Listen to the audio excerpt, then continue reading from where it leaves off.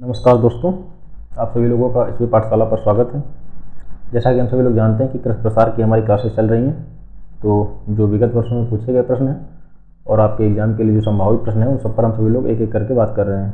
तो हमारा अंतिम जो क्लास थी हमारी, उसका हमारा अंतिम प्रश्न क्या था? ग्रामीण विकास परियोजनाओं का लक्ष्य होता है। कौन सा लक्ष्य होता है, इस पर बात कर रहे थे हम सभी लोग। तो पहले थोड़ा इसको समझ लेते हैं, फिर आगे बढ़ते हैं, ठीक है।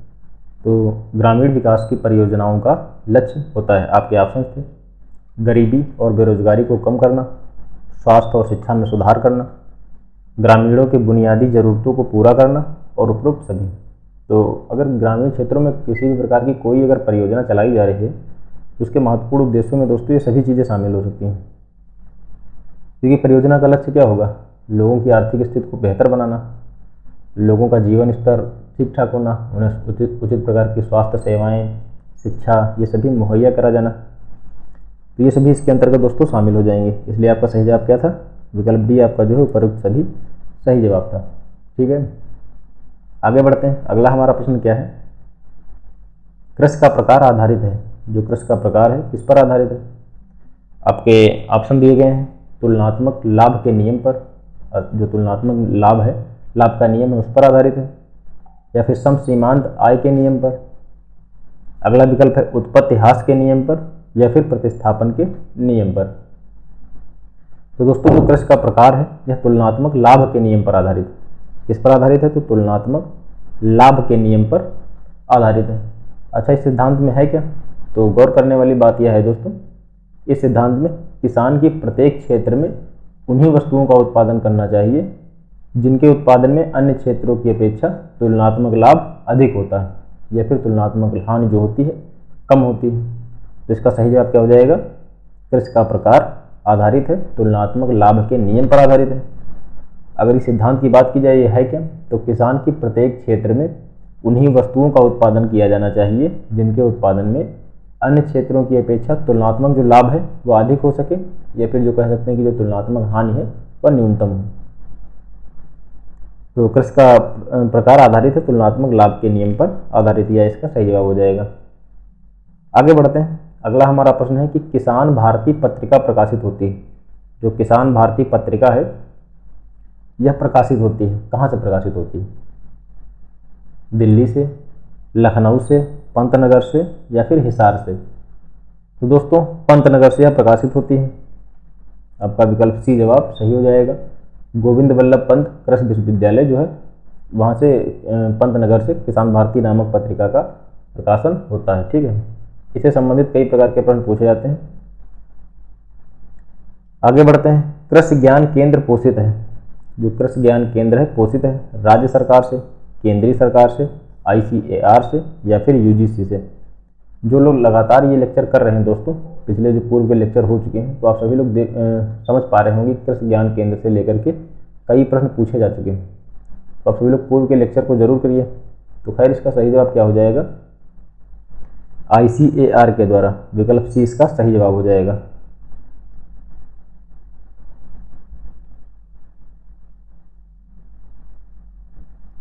तो कृषि ज्ञान केंद्र जो है ICAR द्वारा वित्त पोषित था दोस्तों, लेकिन अब यह राज्य सरकार द्वारा जो कृषि ज्ञान केंद्र है, यहाँ पर बात कृषि ज्ञान केंद्र की हो रही है दोस्तों। तो कृषि ज्ञान के जो आपके ऑप्शन दिए गए हैं राज्य सरकार से, केंद्रीय सरकार से, या फिर ICAR से, UGC से। तो आपका सही जवाब क्या हो जाएगा? सी दोस्तों सही जवाब हो जाएगा। तो कृषि विज्ञान केंद्र जो थे आरंभ में ICAR द्वारा वित्त पोषित थे, लेकिन अब यह राज्य सरकार द्वारा वित्त पोषित है। तो KV के कृषि विज्ञान केंद्र ICAR के संस्थानों, कृषि विश्वविद्यालय तथा गैर सामाजिक संगठनों द्वारा भारत के अधिकांश जिलों में संचालित है। तो इसका सही जवाब क्या हो जाएगा? विकल्प सी सही जवाब हो जाएगा। आगे बढ़ते हैं। ग्रामीण विकास कार्यक्रम संबंधित है। जो ग्रामीण विकास कार्यक्रम है इनका संबंध किससे है? ग्रामीण विकास कार्यक्रम किससे संबंधित है? स्वरोजगार से, रोजगार सृजन से, गरीबी उन्मूलन से, या फिर ये सभी। तो दोस्तों ग्रामीण विकास कार्यक्रम अभी हमने पूर्व में भी इस प्रकार के एक प्रश्न पर चर्चा करी है। जैसे मान लेते हैं स्वरोजगार अगर कोई करना सीखता है तो क्या होगा? उसकी आर्थिक स्थिति ठीक होगी, उसे जो भी मुनाफा प्राप्त होगा वह अपनी जीवन शैली में उसका प्रयोग करेगा। और किसी भी प्रकार की अगर परियोजना चलाई जा रही है तो उसका रोजगार का सृजन, जैसे मनरेगा आप सभी लोग जानते हैं कि जो ग्रामीण क्षेत्रों में बहुचर्चित एक कह सकते हैं या और सफल परियोजना भी है। तो वह क्या करती है, रोजगार सृजन करने का कार्य करती है। गरीबी उन्मूलन, जब रोजगार सृजन होगा तो क्या होगा, गरीबी जो होगी कम होगी। तो ये इसका सही जवाब क्या हो जाएगा, ये सभी दोस्तों सही जवाब हो जाएंगे। तो ग्रामीण विकास कार्यक्रम का संबंध ग्रामीण क्षेत्रों से स्वरोजगार को उत्पन्न करना, अनेक रोजगारों को सृजन करते हुए गरीबी उन्मूलन को कम करना, गरीबी रेखा से बाहर उन लोग ग्रामीण क्षेत्र के लोगों को निकालना, ये सभी ग्रामीण विकास कार्यक्रम के प्रमुख उद्देश्यों में शामिल होंगे।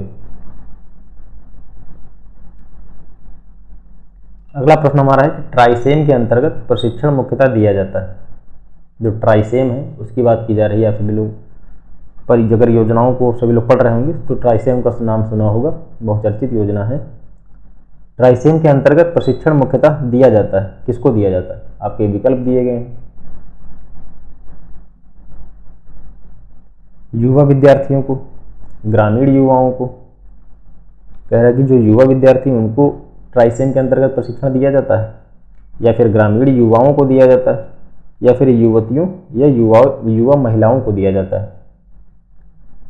तो दोस्तों IRDP का संबंध जो है, IRDP का संबंध कार्यक्रम ट्राइसेम है, ठीक है, जो मूल रूप से गरीबी रेखा से नीचे पहचाने गए परिवारों में ग्रामीण युवाओं, आयु वर्ग की अगर बात की जाए तो 18 से 35 वर्ष के आयु वर्ग के लोग एक प्रशिक्षण कार्यक्रम है यह इन लोगों के लिए। तो ट्राइसेम के तहत प्रशिक्षुओं को IRDP के माध्यम से वित्तीय सहायता प्रदान करी जाती है। तो अगर आपसे पूछा जाता है कि ट्राइसेम को वित्तीय सहायता किसके द्वारा प्रदान की जाती है, तो ट्राइसेम को दोस्तों वित्तीय सहायता की अगर बात करी जाएगी तो IRDP के माध्यम से प्रदान करी जाती है। तो इसका सही जवाब क्या हो जाएगा, आपका विकल्प बी दोस्तों सही जवाब हो जाएगा, ग्रामीण युवाओं को। अच्छा, कुछ महत्वपूर्ण बिंदुओं को नोट कर लेते हैं। जैसे कि ट्राइसेम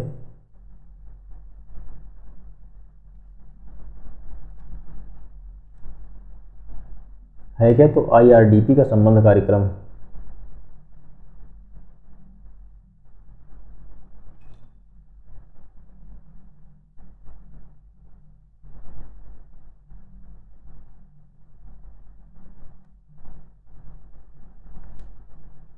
वहीं आयु वर्ग 18 से 35 आयु वर्ग के लिए प्रशिक्षण एक प्रकार का कार्यक्रम है, ठीक है। ट्राइसेम के तहत जो भी प्रशिक्षु हैं उनको IRDP के माध्यम से वित्तीय सहायता प्रदान करी जाती है।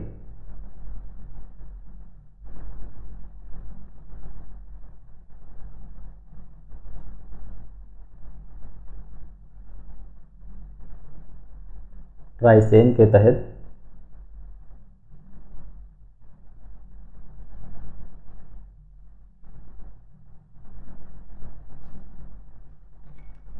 प्रशिक्षुओं को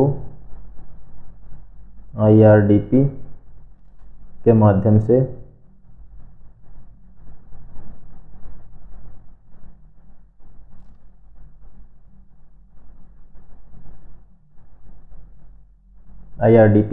से वित्तीय सहायता प्रदान की जाती है।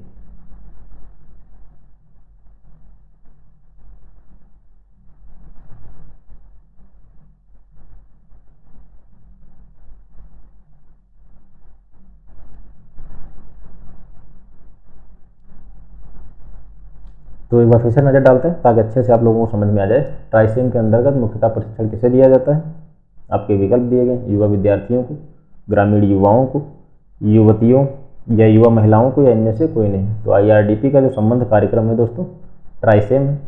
मूल रूप से गरीबी रेखा से नीचे पहचाने गए परिवारों में ग्रामीण युवाओं, आयु वर्ग की अगर बात की जाए तो 18 से 35 आयु वर्ग वाले युवाओं का एक प्रशिक्षण कार्यक्रम है। अच्छा, ट्राइसेम के अंतर्गत जो भी प्रशिक्षु शामिल होते हैं दोस्तों उनको IRDP के माध्यम से वित्तीय सहायता प्रदान करी जाती है, ठीक है। अब आगे बढ़ते हैं। ट्रेनिंग एंड विजिट सिस्टम सिद्धांत किस सन में प्रतिपादित हुआ? पूर्व के लेक्चर्स में भी हम ट्रेनिंग एंड विजिट सिस्टम पर बात कर चुके हैं, विस्तार से बात कर चुके हैं। तो ट्रेनिंग एंड विजिट सिस्टम दोस्तों सिद्धांत को वर्ष 1974 ईस्वी में डेनियल बेनोर के द्वारा प्रतिपादित किया गया था। तो इसका सही जवाब क्या हो जाएगा? विकल्प बी सही जवाब हो जाएगा। अच्छा, किस स्रोत में दोस्तों वर्ष 1973 भी दिया हुआ है? ट्रेनिंग एंड विजिट सिस्टम वर्ष 1973 से 74 के दौरान कहीं कहीं दिया हुआ है। तो खैर विकल्प बी इसमें जो दिया हुआ है वही बता रहे हैं आपको हम। वर्ष 1974 में इसका सही जवाब विकल्प बी हो जाएगा दोस्तों। यहाँ अतिरिक्त एक बिंदु लिख लेते हैं। ट्रेनिंग एंड विजिट सिस्टम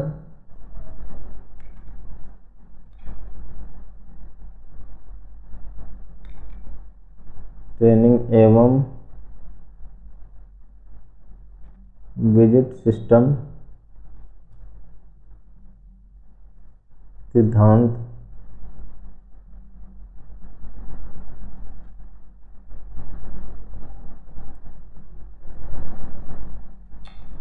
वर्ष 1974 में डेनियल बेनोर द्वारा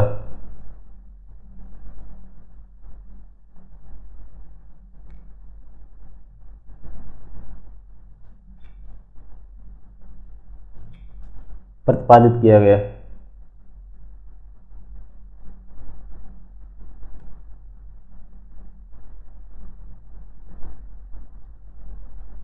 तो ट्रेनिंग एंड विजिट सिस्टम वर्ष 1973-74 भी कहीं कहीं दिया हुआ है। तो यहाँ पर अगर बात की जाए विकल्प कौन सा सही माना गया, तो विकल्प बी सही माना गया दोस्तों। वर्ष 1974 में डेनियल बेनोर द्वारा प्रतिपादित किया गया। यह सभी लोग याद रखिए, बहुत ही इंपॉर्टेंट है। कभी कभी सीधे तौर पर यह भी पूछा गया किसके द्वारा प्रतिपादित किया गया, तो डेनियल बेनोर महोदय के द्वारा प्रतिपादित किया गया।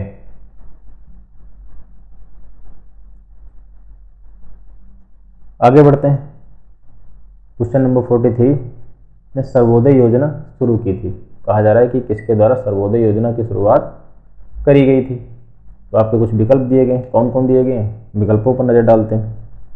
एम.के. गांधी, राम मनोहर लोहिया, एम.के. गांधी, राम मनोहर लोहिया, जनेश्वर प्रसाद मिश्र या फिर आचार्य विनोबा भावे। तो सर्वोदय योजना की शुरुआत की अगर बात की जाए दोस्तों, तो आचार्य विनोबा भावे जी के द्वारा शुरुआत की गई थी। इन्होंने भूदान कर इसकी शुरुआत करी थी। भूदान आंदोलन किसके द्वारा चलाया गया था, तो आचार्य विनोबा भावे जी के द्वारा चलाया गया था। इसमें था क्या, तो एक प्रकार से देखा जाए तो जिसके पास अतिरिक्त जमीन वगैरह थी तो वो दान करता था, फिर बाद में उसका गरीबों में वितरण वगैरह जो भी था किया गया। खैर यहाँ पर इतना गहराई में पढ़ना आपके लिए इतना ज़रूरी है नहीं। तो अगर अपने विकल्पों की बात की जाए तो सर्वोदय योजना की शुरुआत आचार्य विनोबा भावे के द्वारा करी गई थी। तो इसका सही जवाब क्या हो जाएगा, विकल्प डी दोस्तों सही जवाब हो जाएगा। सर्वोदय योजना की शुरुआत किसके द्वारा की गई, तो आचार्य विनोबा भावे के द्वारा करी गई। आगे बढ़ते हैं। समूह जो संचार है विधि है प्रदर्शन की। समूह संचार जो विधि है किसकी, प्रदर्शन की, प्रक्षेत्र भ्रमण की, समूह चर्चा की या फिर समाचार पत्र की। तो जो समूह संचार की विधि कौन सी, मास कम्युनिकेशन जो जन संचार है दोस्तों। इसका सही जवाब क्या हो जाएगा।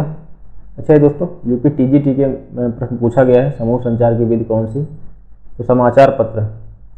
अच्छा, मास कम्युनिकेशन के अंतर्गत जैसे किसी तथ्य, सूचना, ज्ञान, विज्ञान, मनोरंजन, इनको व्यापक ढंग से विस्तृत रूप से लोगों तक पहुंचाने की प्रक्रिया क्या कहलाती, मास कम्युनिकेशन कहलाती, जनसंचार कहलाती। अच्छा, जैसे जो विशाल जनसंख्या के क्षेत्रों में शीघ्र रूप से सूचना को जब पहुंचाया जाना चाहिए। जनसंचार के माध्यमों में रेडियो हो गए, सिनेमा हो गए, समाचार पत्र, किताबें जैसे भी दोस्तों शामिल होते हैं। तो समूह संचार की विधि क्या हो जाएगी, समाचार पत्र हो जाएंगे। मान लेते हैं कोई खबर है आपको लाखों लोगों तक पहुंचाना है, तो समाचार पत्र के माध्यम से तेजी रूप से ये फैल सकती है, रेडियो से फैल सकती है, और सिनेमा व्यापक रूप से प्रभाव डालता है अपना एक अलग, जो कई प्रकार से कह सकते हैं सोशल मैसेज के साथ मूवीज़ बनाई जाती हैं। तो समूह संचार की विधि क्या हो गई, एक बार फिर से समझ लेते हैं। मास कम्युनिकेशन है क्या, जनसंचार क्या है, तो किसी तथ्य, सूचना, ज्ञान, विचार और मनोरंजन को व्यापक ढंग से या फिर विस्तृत रूप से लोगों तक पहुंचाने की एक प्रक्रिया को सभी लोग क्या कहते हैं, मास कम्युनिकेशन कहते हैं। इस प्रकार के संचार में विशाल जनसंख्या के क्षेत्रों में अतिशीघ्र रूप से सूचना संदेशों को पहुंचाया जाता है। जनसंचार के माध्यम कौन कौन से? रेडियो, सिनेमा, समाचार पत्र, किताबें, ये सभी दोस्तों इसके माध्यमों में शामिल हो जाएंगे, जो मीडियम्स हैं उसके अंतर्गत शामिल हो जाएंगे। ठीक है, आगे बढ़ते हैं। संचार की कला है, जो संचार की कला क्या है, यहाँ पर बात की जा रही है कला की। संचार की कला क्या है? सीखना, अनुभूति करना, सुनना या फिर सोना। तो संचार की कला शिक्षण एवं प्रशिक्षण है, लर्निंग एंड टीचिंग है दोस्तों। ठीक है, शिक्षण एवं प्रशिक्षण संचार की प्रक्रिया होती है, यह दोहरी प्रवाह वाली प्रणाली होती है। तो इसका सही जवाब क्या हो जाएगी? संचार की कला है, एक सीखना है। ठीक है, जैसे बात की चीज़ हम करेंगे जब किसी से, तो कुछ चीज़ें, उनके अनुभव, उनके बारे में, उनकी चीज़ों के बारे में सभी लोग जान पाएंगे, सीख पाएंगे। तो संचार की कला शिक्षण एवं प्रशिक्षण है। तो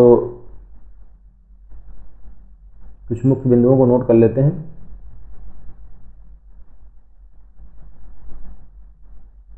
शिक्षण एवं प्रशिक्षण,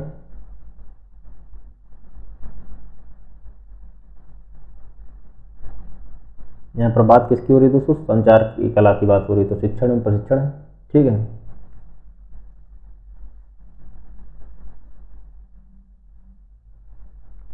संचार की प्रक्रिया शिक्षण एवं प्रशिक्षण।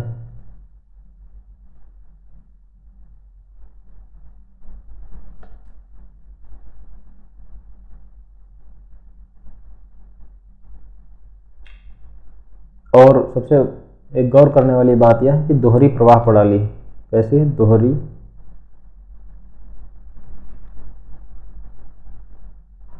प्रवाह प्रणाली।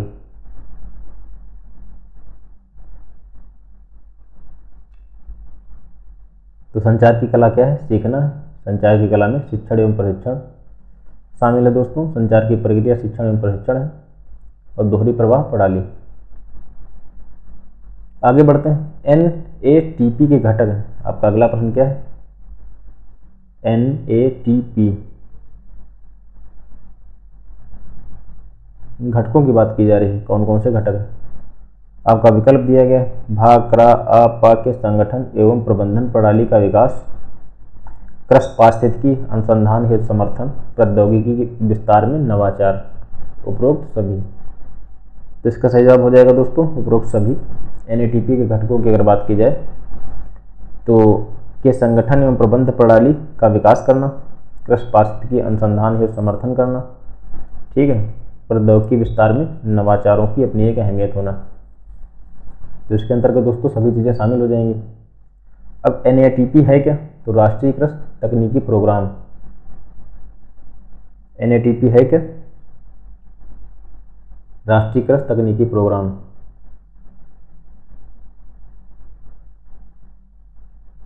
राष्ट्रीय कृषि तकनीकी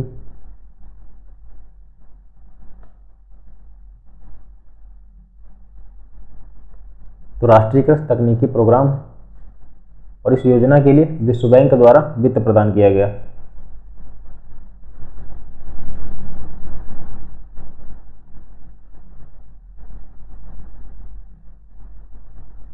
विश्व बैंक द्वारा वित्त प्रदान किया गया।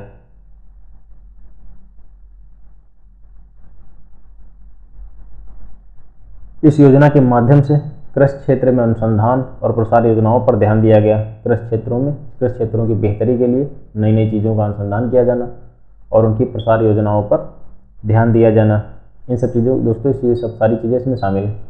इस योजना के अंतर्गत ICR के संगठन एवं प्रबंधन प्रणाली का विकास किया जाना, कृषि पारिस्थितिकी हेतु जो भी अनुसंधान किए जाएँ उनका समर्थन किया जाना, ऐसे प्रौद्योगिकी विस्तार में नवाचारों को बढ़ावा दिया जाना, नए नए विचारों को शामिल करना, नई नई चीज़ों को, नए नए खोज को, इन सबको शामिल किया जाना।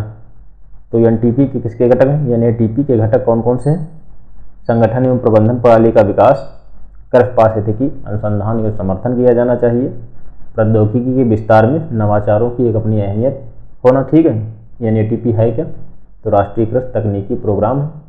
इस योजना के लिए विश्व बैंक द्वारा वित्त प्रदान किया गया था। ठीक है, अच्छा, इसका एक और महत्वपूर्ण दोस्तों चीज़ इसमें यह है कि आईसीआर के संगठन एवं प्रबंधन प्रणाली का विकास। ठीक है, तो आईसीआर के संगठन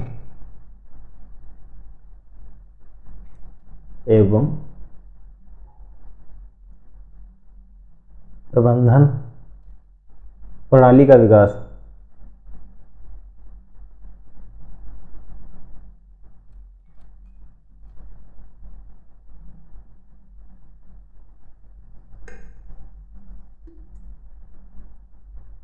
ठीक है, ये एक महत्वपूर्ण बिंदु था जो नोट करा दिया। अब आगे बढ़ते हैं अगले प्रश्न की ओर। एटीएमए का बृहद स्वरूप है। एटीएमए का बृहद स्वरूप है।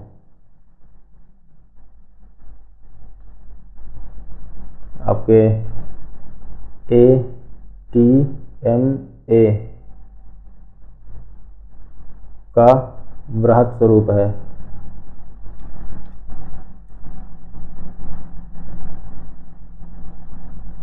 एटीएमए की बात की जा रही है, किसका बृहद स्वरूप है। ठीक है, आपके विकल्प कौन कौन से दिए गए उन पर नजर डालते हैं। कृषि प्रौद्योगिकी प्रबंध एजेंसी, कृषि प्रौद्योगिकी प्रबंध संघ, कृषि प्रौद्योगिकी मिशन एजेंसी। उपरोक्त में से कोई नहीं। तो इसका सही जवाब क्या हो जाएगा दोस्तों, कृषि प्रौद्योगिकी प्रबंध एजेंसी। विकल्प ए आपके लिए सही जवाब हो जाएगा। तो एटीएमए का बृहद स्वरूप क्या है, कृषि प्रौद्योगिकी प्रबंध एजेंसी है। Agricultural technology management agency, agricultural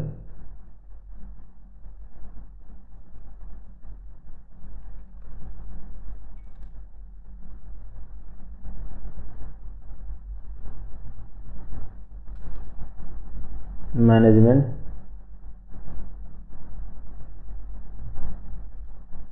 agency. ये हो गया आपका एटीएमए का फुल फॉर्म, आत्मा का फुल फॉर्म कह सकते हैं। तो आत्मा का full form agriculture technology management agency, कृषि प्रौद्योगिकी प्रबंध एजेंसी, यह इसका दोस्तों एक फुल फॉर्म हो गया। ठीक है, आगे बढ़ते हैं। एगमार्क अधिनियम किस वर्ष पारित हुआ था। एगमार्क अधिनियम से कई बार सीधे तौर पर प्रश्न आए हैं दोस्तों, तो इसको जरूर याद रखें आप सभी लोग।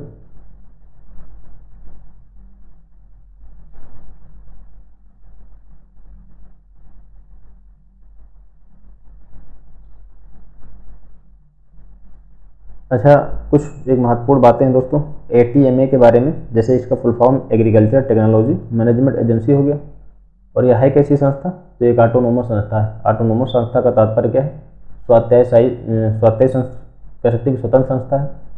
इसके अगर उद्देश्य की बात की जाए तो शोध प्रसार, जिला स्तर पर कृषि में संलग्न अन्य लोगों को किसानों की आवश्यकताओं उनकी रुचि के अनुसार समन्वित करना, ये सभी इसके उद्देश्यों में दोस्तों शामिल हो जाएंगे। अब हम बात करते हैं एगमार्क अधिनियम किस वर्ष पारित हुआ था। आपके विकल्प दिए गए वर्ष 1966, वर्ष 1937, वर्ष 1933, वर्ष 1947। एगमार्क अधिनियम वर्ष 1937 में दोस्तों पारित हुआ। कब पारित हुआ, तो वर्ष 1937 में पारित हुआ। और अगर इसके फंक्शन की बात की जाए, इसने कार्य करना कब आरंभ करा, तो वर्ष 1986 में इसने कार्य कह सकते हैं कि इफेक्टिव सेंस वर्ष 1986 से हुआ। यह है क्या, तो किसी वस्तु की शुद्धता का एक प्रतीक है। ठीक है, कई बार प्रश्न पूछा गया कि एगमार्क किसको दर्शाता है, तो किसी वस्तु की शुद्धता को दर्शाने का कार्य करता है। और यह अधिनियम विपणन और निरीक्षण निदेशालय द्वारा दोस्तों अनुमोदित है, जो कि कृषि विभाग के अंतर्गत आता है। तो यह कब शुरू हुआ, पारित कब हुआ, पारित हुआ वर्ष 1937 में। वहीं इफेक्टिव सेंस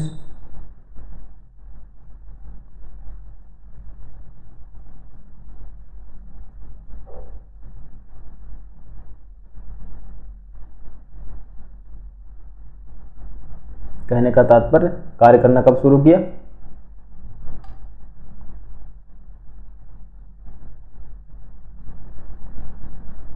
वर्ष 1986 में शुरू किया। ठीक है, ये है क्या?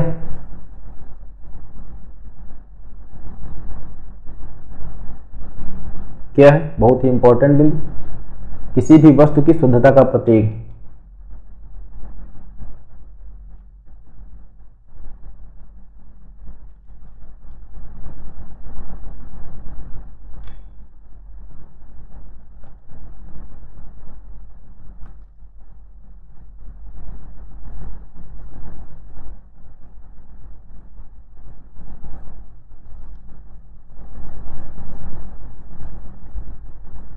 और किसके द्वारा अनुमोदित है?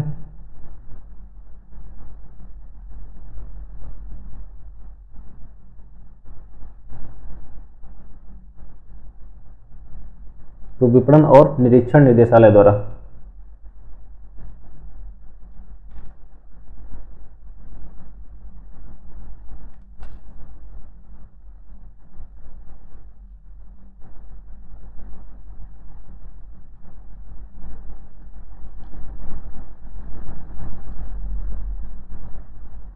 ठीक है, तो एगमार्क अधिनियम किस वर्ष पारित हुआ? वर्ष 1937 में पारित हुआ, परंतु इसने कार्य करना कब शुरू किया? वर्ष 1986 में। यह है क्या? तो किसी भी वस्तु की शुद्धता का एक प्रतीक है जो उसको बताता है, उसको प्रमाणित करता है इसकी शुद्धता कितनी है। और यह अधिनियम दोस्तों विपणन और निरीक्षण निदेशालय द्वारा अनुमोदित है, जो कि कृषि विभाग के अंतर्गत शामिल है। आगे बढ़ते हैं अगले प्रश्न की ओर। चैनल में संदेश को भेजने से पहले उसका रखरखाव किस प्रकार करते हैं? जो चैनल होता है दोस्तों, उसमें संदेशों को भेजने से पहले, जो संदेश होते हैं उनको भेजने से पहले उसका रखरखाव किस प्रकार करते हैं? आपके विकल्प कौन कौन से दिए गए? प्रतिपुष्ट, तोड़ मरोड़, उपचार या फिर डिकोडिंग। तो चैनल में संदेशों को भेजने से पहले उसका रखरखाव दोस्तों उपचार विधि के द्वारा किया जाता है। तो इसका सही जवाब क्या हो जाएगा? विकल्प सी सही जवाब हो जाएगा। ठीक है, तो चैनल में संदेशों को भेजने से पहले उसका रखरखाव किस प्रकार किया जाता है? आपके विकल्प दिए गए प्रतिपुष्ट, तोड़ मरोड़, उपचार, डिकोडिंग। तो इसका सही जवाब क्या हो जाएगा? उपचार विधि हो जाएगा। आगे बढ़ते हैं। कड़ी जो स्रोत को ग्राही के साथ जोड़ती है। कहने का तात्पर्य है कि जो कड़ी है वह स्रोत को ग्राही के साथ जोड़ती है। आपके विकल्प कौन कौन से दिए गए? संदेश, ग्राही के साथ जोड़ने की बात की जा रही, संदेश, संचार प्रभाव, चैनल या फिर उपचार। तो इसका सही जवाब क्या हो जाएगा? चैनल दोस्तों इसका सही जवाब हो जाएगा, सी सही जवाब हो जाएगा। चैनल एक ऐसी कड़ी है जिसके द्वारा इस स्रोत को ग्राही के साथ जोड़ा जाता है। ठीक है, जिसके माध्यम से श्रोता द्वारा कही गई बात को ग्राही तक पहुंचाया जाता है। तो चैनल के माध्यम से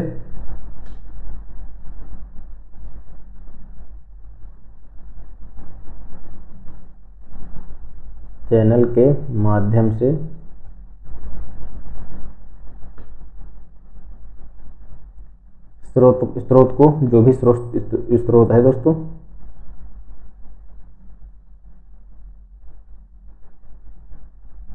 ग्राही के साथ जोड़ा जाता है।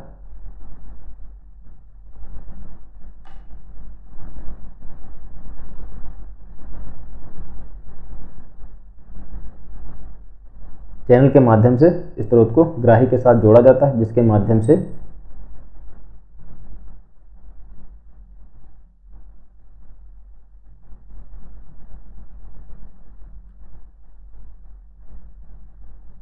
श्रोता द्वारा कही गई बात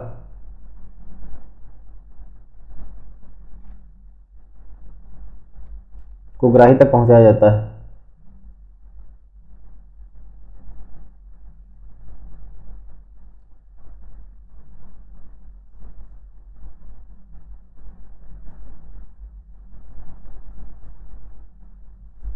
तो एक बार फिर से समझते हैं कि कड़ी जो स्रोत को ग्राही के साथ जोड़ती है। आपके विकल्प हैं संदेश, संचार प्रभाव, चैनल और उपचार। तो इसका सही जवाब क्या हो जाएगा दोस्तों? चैनल। चैनल एक ऐसी कड़ी है जिसके द्वारा श्रोता को ग्राही के साथ जोड़ा जाता है। ठीक है, और यह यूपी पीजीटी में दोस्तों आया हुआ प्रश्न है, वर्ष 2021 में पूछा गया है। जिसके माध्यम से श्रोता द्वारा कही गई बात को ग्राही तक पहुंचाया जाता है। तो उम्मीद है आप सभी लोगों को यह प्रश्न समझ में आ गया होगा और आज का लेक्चर हमारा यहीं तक रहेगा। हम सभी लोग मिलते हैं अगले लेक्चर में कुछ महत्वपूर्ण प्रश्नों के साथ। आप अपनी पढ़ाई को जारी रखिए दोस्तों। धन्यवाद।